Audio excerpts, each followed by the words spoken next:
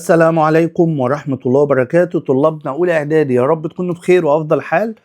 ما ننساش الدعاء بتاعنا، اللهم إني أسألك علما نافعا ورزقا طيبا وعملا متقبلا. هنكمل مع بعض حل تقييم الصف الأول الإعدادي اللغة الألمانية، هو تقييم الأسبوع التاسع. تقييم الأسبوع التاسع طبعا الحمد لله حل التقييمات بالكامل من الأسبوع الأول لحد التقييم الأسبوع التاسع موجود على القناة. طيب تعالوا كده يا شباب، يلا مش هطول عليكم، عارف ان انتوا دايما مستعجلين. تعالوا نحل تقييم الاسبوع التاسع مع بعض كده، وهو بادئ هنا يا اولاد بتكست بنص. تعالى يلا مع بعض كده. في طلاب كتير ما بتعرفش تحل النص، بيبقى بالنسبه لها موضوع التكست ده صعب شويه، على الرغم من ان اجاباتك في القطعه. يعني تعالى مع بعض هخليك تعرف ازاي تطلع اجاباتك. طيب خلينا نقرا القطعه كده مع بعض. بيقول لي هنا هالو ايش بن تيمو، انا تيمو جاي من المانيا. بص بركز على الحته المهمه، من دورتموند. طبعا ما حدش يقول لي يعني ايه دورتموند، دي مدينه في المانيا. خلاص، يبقى تاني بيقول لك انا تيمو جاي من المانيا. منين؟ من بالظبط دورتموند. بيقول لك انا عمري 16 سنه وساكن في القاهره. ده بتكون القاهره دي في مصر. انا بتكلم الماني وبتكلم جود انجلش والانجليزي كويس، لكن انا ما بتكلمش لغه عربيه.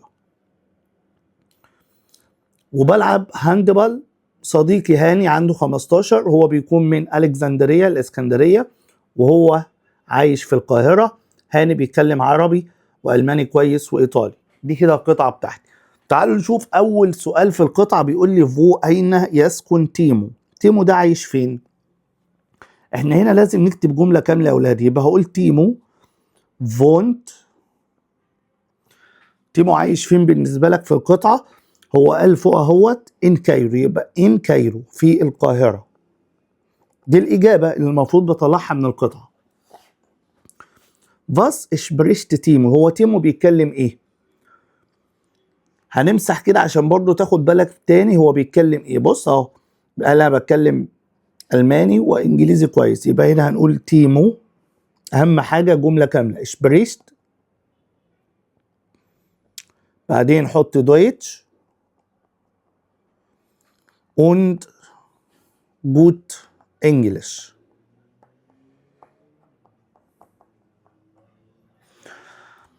السؤال الثالث ده سؤال بادئ بفعل مش بأداة استفهام. بيقول لي شبيلت، وشبيلت ده فعل يا اولاد صح؟ طيب هل تيمو بيلعب هاندبال؟ هنا في السؤال البادئ بالفعل لا بنجاوب عنه بيا او ناين. هنا طبعا هو بيلعب، هو قال فعلا ايش شبيلي جيرن هاندبال، يبقى هنا هنقول له يا تيمو شبيلت. لازم تكتب جملة كاملة شبيلت وبعدين اكتب له كلمة هاندبال. السؤال الرابع، فوهيا قمت هاني. هو هاني جاي منين؟ طبعا أداة استفهام فوهيا لازم تكون عارفها معناها من أين. فوهيا من أين؟ من أين يأتي هاني؟ هاني جاي منين؟ لو رجعت للقطعة هتلاقي لما اتكلم على صاحبه هاني قال هو جاي من ألكسندرية. خلاص، يبقى بالتالي ده اللي هنكتبه تحت. هتقول لي كده هاني قمت اهو اوس ألكسندرية. طب 5 است هاني تيموس فرويند. هل هاني ده صاحب تيمو؟ طبعا يا هاني است تيموس فرويند. شفت الموضوع سهل ازاي؟ اجاباتي في القطعة، الاجابات بتاعتي في القطعة. الصفحة الثانية جايب لي طبعا مسائل حسابية وهي الارقام.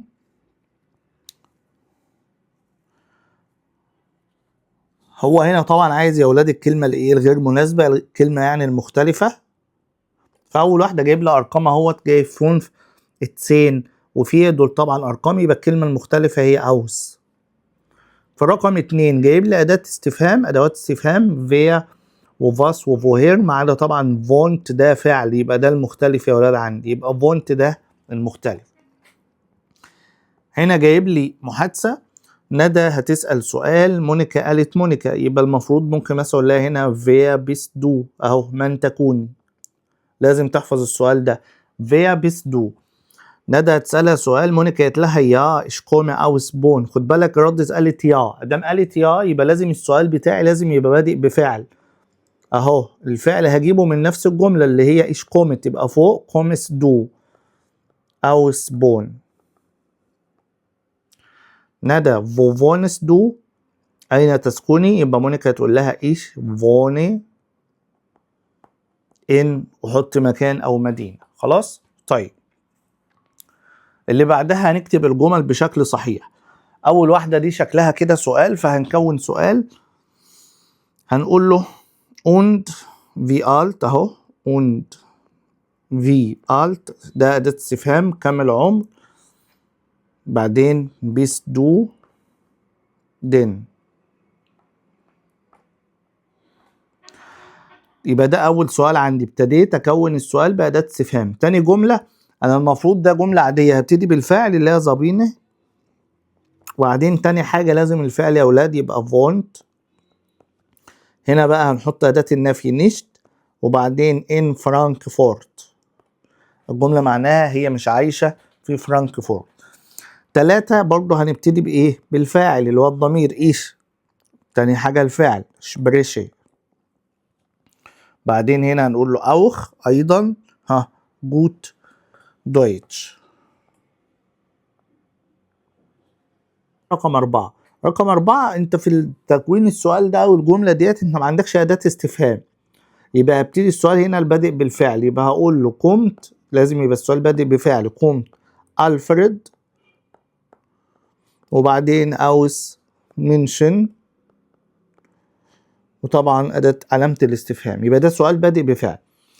السؤال الخامس لا أنا عندي أداة استفهام بقى اللي هو فو أهو، ده الأداة استفهام الفعل رقم 2 يبقى فونست، وبعدين دو، وبعدين يتست، يبقى فو فونست دو يتست. ده كده السؤال البادئ بأداة استفهام.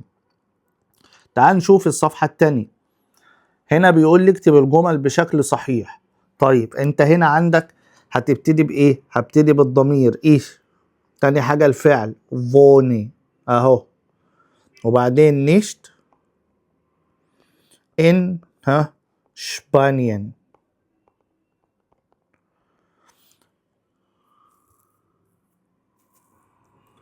يبقى هنا ابتدينا بالضمير، اهم حاجة الفعل رقم 2. تعالى لرقم 2 ادام عندي اداة استفهام يبقى هبتدي ب لا اما اداة استفهام لا اما فعل. هنا مفيش اداة استفهام، هبتدي بالفعل قمت بيتر الفاعل، اوس اوسترايش.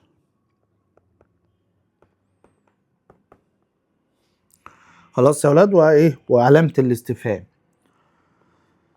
جملة رقم 3 هبتدي بلينا، لينا ديت الفاعل بتاعي، وبعدين الفعل شبريست، وبعدين هنا اقول انجلش اهو انجلش، und دويتش، und ايه und دويتش.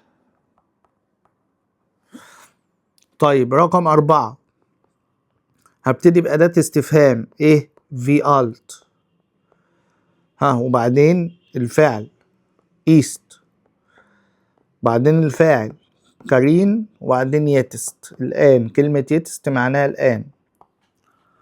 5 هبتدي بأداة الاستفهام wer bist du den، حافظين السؤال ده طبعا، من تكون. برضو الصفحة التانية الأخيرة برضو هكون جمل أو هكون أسئلة على حسب أنت هنا عندك أداة استفهام يبقى ده سؤال، ما عنديش أداة استفهام هبتدي بالفعل شبيلت كلاوس جوت تنس، وأداة استفهام. تعالى للجملة التانية برضو ده سؤال، لا إما ابتدي بأداة استفهام أو بفعل. هنا في أداة استفهام اللي هي إيه في alt كم العمر، يبقى هبتدي بيه في alt، بعدين الفعل إيست، بعدين الفاعل لارا بعدين يتست.